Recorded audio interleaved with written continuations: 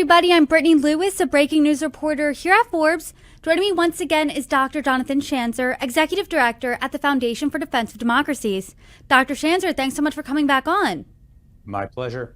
I want to talk about where we are right now when it comes to the ceasefire agreement between Israel and Hamas, because it seems like we're in a really tenuous moment. A week ago, President Trump declared that the war was over and phase one of his peace plan, the 20-point peace plan, was underway. But since then, both sides have accused the other of violating the deal. Israel launched strikes into Gaza after it said Hamas fighters fired at Israeli military in Rafah, killing 2 soldiers. Both sides say right now that they are still committed to that peace deal. Talk to us about the moment we're in right now. Well, I think a couple of things. First, this wasn't a peace deal. This was a ceasefire, and it was always a tenuous one. We knew what was expected from both sides in phase one, and it has not been delivered yet in its entirety. And then phase two was always going to be left up in the air. So let's get to phase one. The first thing that was the most important thing was getting those 20 hostages out alive. That happened. It happened against all odds. The Israelis are thrilled. That gives Donald Trump a huge amount of credit in Israel, and it's one of the reasons why the Israelis are as patient as they are right now as Hamas continues to violate the ceasefire deal. Where they're running out of a little bit of patience relates to the remaining slain hostages. There are, I believe, as of right now, 18 of them still being held by Hamas. 10 have been returned. But then there's the last part of this, which is Hamas was supposed to disarm. And the idea that they would disarm was always just doubtful. This is a terrorist organization that's been around since 1988. It does not want to just disassemble itself because Donald Trump asked them to. Their leadership is fighting for time. They're fighting for survival. And so that's kind of the big crossroads where I think we find ourselves. After that, we can talk about phase two. But the big idea of Hamas just simply folding up shop was never fully realistic in my view, and I think it leaves us at an interesting place. Let's talk about that, because it seemed like that the hostages were the only leverage Hamas had. Hamas was badly battered by the IDF, but it wasn't completely eradicated. I mean, what's it going to take for Hamas to disarm? You don't think anything? Well, I don't know what you could possibly offer the group. I mean, you could offer it safe passage to another country. So, for example, Iran could take them in, or Turkey, they're a sponsor of Hamas. The Qataris are sponsors of Hamas. Maybe Malaysia, Algeria. Those are, I think, the remaining countries that would be willing to take in Hamas. But it would be a big risk for each of those countries, number one. And number two, Hamas has to agree to this. Now, there is an historic analog that we've seen in the early 1980s. Ronald Reagan negotiated the exodus of the PLO from Lebanon after the war that transpired there. And it actually brought some calm in the region for about, 7 or 8 years. Until the PLO recognized the state of Israel and the peace process began between Israel and the Palestinians. That would be, I guess, one kind of scenario. The other, I think, is probably more likely, which is that Hamas sees itself as martyrs and they are going to try to fight Israel until the bitter end, knowing that for every day that they continue to fight Israel, that's going to be more pressure on the Israelis. They see that the pressure is coming from all over the world, really. The Arab world, the Europeans, the UN, they're all coming down on Israel like a ton of bricks for simply responding to Hamas aggression. So Hamas sees itself as essentially doing what it needs to do to try to draw Israel into a protracted conflict that ultimately redounds against Israel's benefit. I want to read something that President Trump said today about Hamas. He said this, quote, "We have peace in the Middle East for the first time ever. We made a deal with Hamas that they're going to be very good. They're going to behave. They're going to be nice. And if they're not, we're going to go and eradicate them if we have to. They'll be eradicated." What do you make of what he said by that? I mean, is there a scenario in which Hamas agrees and they won't be eradicated? Talk to us about what you make of President Trump's statement there. Look, I don't know exactly. What we do know is that Stephen Witkoff and Jared Kushner met with Hamas, which in and of itself was exceptional. I mean, you don't see most senior U.S. officials of this caliber meeting with terrorist organizations. I mean, we really almost put Hamas at equal level with Hamas with U.S. leaders. That is something that was exceptional and is not likely to be seen again anytime soon. But it was this moment of engagement. They apparently reached a deal where Hamas agreed to abide by Donald Trump's terms. Now, the question that I have is not so much whether they're going to agree in perpetuity, because I think they're not. My question is, what happens when Donald Trump assesses that they are no longer working with him, that they're no longer abiding by the deal that he brokered? Does he set Israel on Hamas? Does the United States get involved? That seems highly unlikely to me, but I suppose there has to be a price to pay for violating a deal brokered by the President of the United States or those closest to him. And I think that's kind of why the deal is still hanging on by a thread. I mean, it really does feel like the Israelis and Hamas are holding this thing together with duct tape for the moment, because neither one wants to go back to Donald Trump and say, well, we're not doing this anymore. Hamas is the one that's, I think, on thinner ice right now. The Israelis absorbed an attack where 2 IDF soldiers were killed over the weekend. They responded by striking about a dozen different targets that were deemed as threats to Israel. And now they say they're back to the deal. They neutralized threats that were immediate, but Hamas is the one that continues to refuse to disarm. They're slow rolling the return of the bodies of those slain hostages. And at the same time, they're carrying out summary executions in the streets of Gaza, slaughtering their own people. What they're trying to do is to prove to the people of Gaza that they're not going anywhere and that they're still a brutal terrorist organization that should not be trifled with. And that is, I think, a sign of where we're headed with Hamas. Not a surprise, of course. Hamas has always been a brutal terrorist organization. They're pretty much true to brand right now. But when do you think, because Hamas has said that they're still committed to the ceasefire as of now, when do you think President Trump loses patience with them and thinks, hey, you know, phase 2 of these negotiations aren't going where I want them to go? Well, I mean, we're still in phase 1, right? And I think that's a big thing to watch, which is, you know, do the rest of those 18 slain hostages return home? I think Donald Trump is giving Hamas the time to locate those dead hostages and to find a way to bring them back to Israel. So far, we're watching them move in a trickle. This has not been a steady stream of coffins being returned. I think Hamas is playing for time. I think they're slow rolling everybody. But as long as these coffins keep coming back, even on a slower pace, I think Donald Trump will probably be somewhat satisfied. Maybe not thrilled with the progress, but happy enough. After that, though, that's where I think the real hard work begins. The idea of ensuring that Hamas lays down its arms, hands them over to some other responsible authority, and that responsible authority comes into Gaza and starts to govern.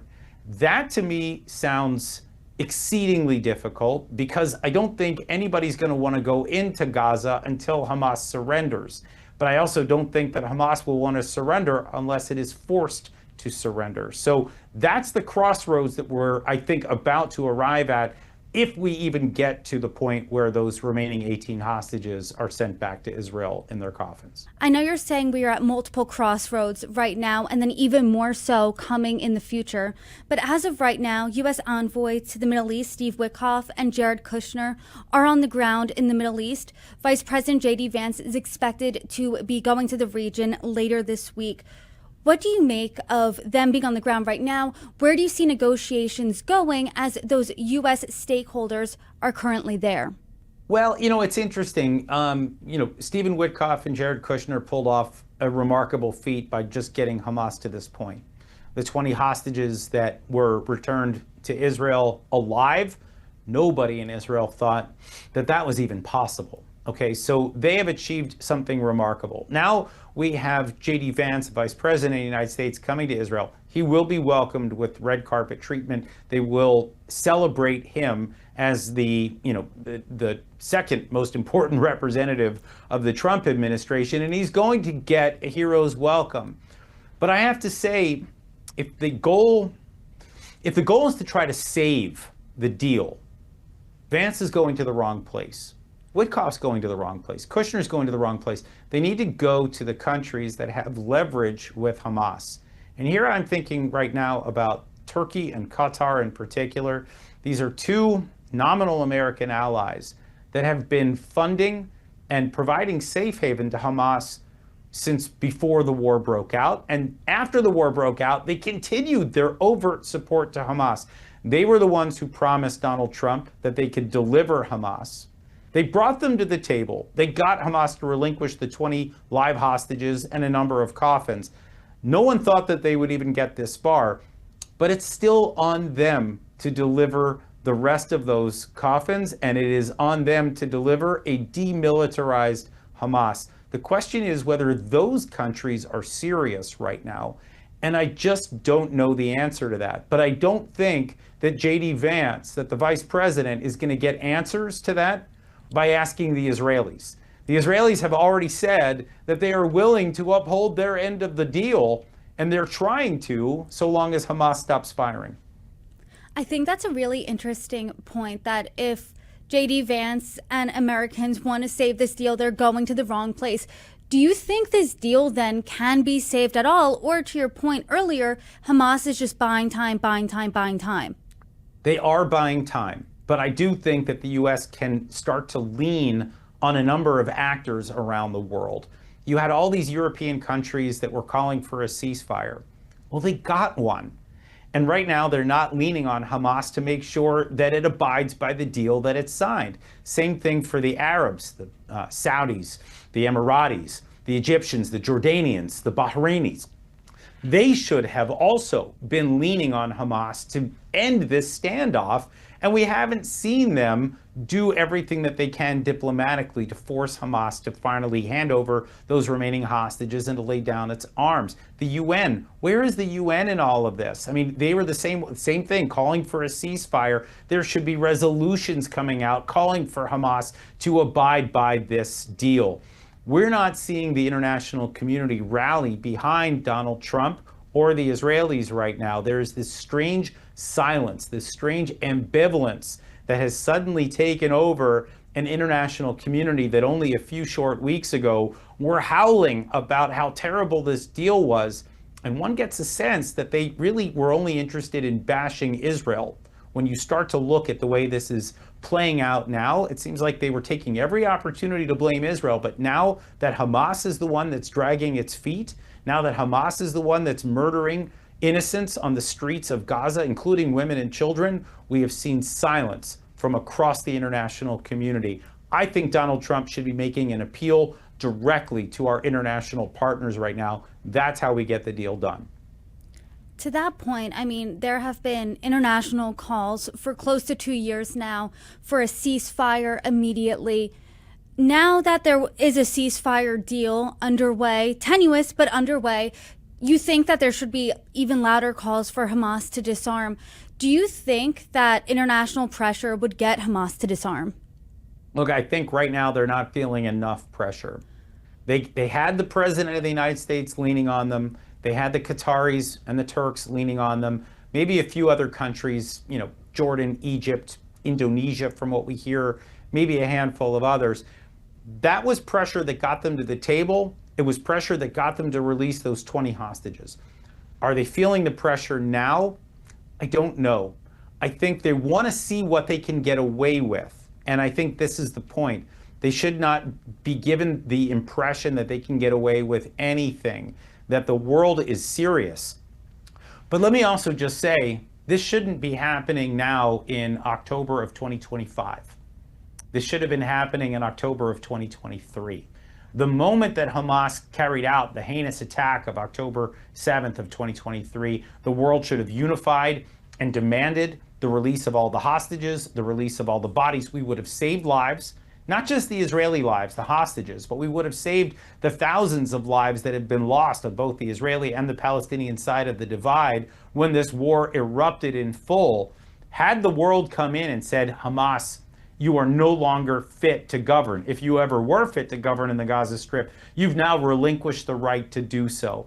It's amazing that it took 2 years to get to this point, but I'm still not seeing enough pressure even now. And that is obviously very frustrating because I think so much of this was preventable.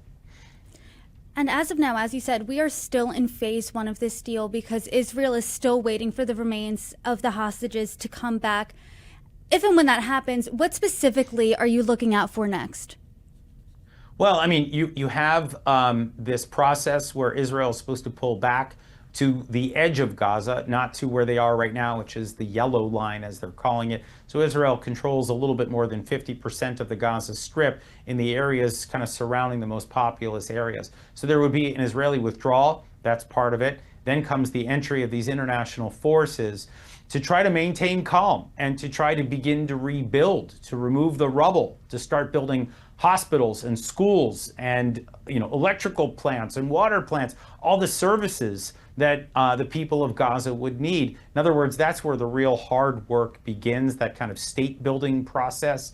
It would be wonderful to see us get to that point, but that only happens when Hamas holds its end of the bargain. That means disarming. It means handing over the remaining hostages. It means vowing to no longer control the Gaza Strip, to hand it over to someone else with the knowledge that they have failed. And this is, I think, the big question. Is this brutal terrorist organization that has been fighting Israel since 1988, are they willing to lay down their arms with the certain knowledge now that their war that they launched on October 7th has not just failed, to destroy Israel, it has failed their people. It has led to disaster. You've got the Gaza Strip. It's an area roughly the size of Washington, D.C., this coastal enclave on the Mediterranean of 2 million people. They're living in abject misery because of what Hamas did on October 7th and its refusal to lay down its arms for the last 2 years. There is, I think, an end of the road here. I think Hamas has reached it. The question really is whether they want to admit it, and that's where we are right now. And as we've been saying this entire conversation, we are really at a delicate point right now. And as we see developments come out of this and what's next, I hope you can come back on and join me and break them down. Dr. Schanzer, I always appreciate our conversations. Thanks so much for joining me. My pleasure.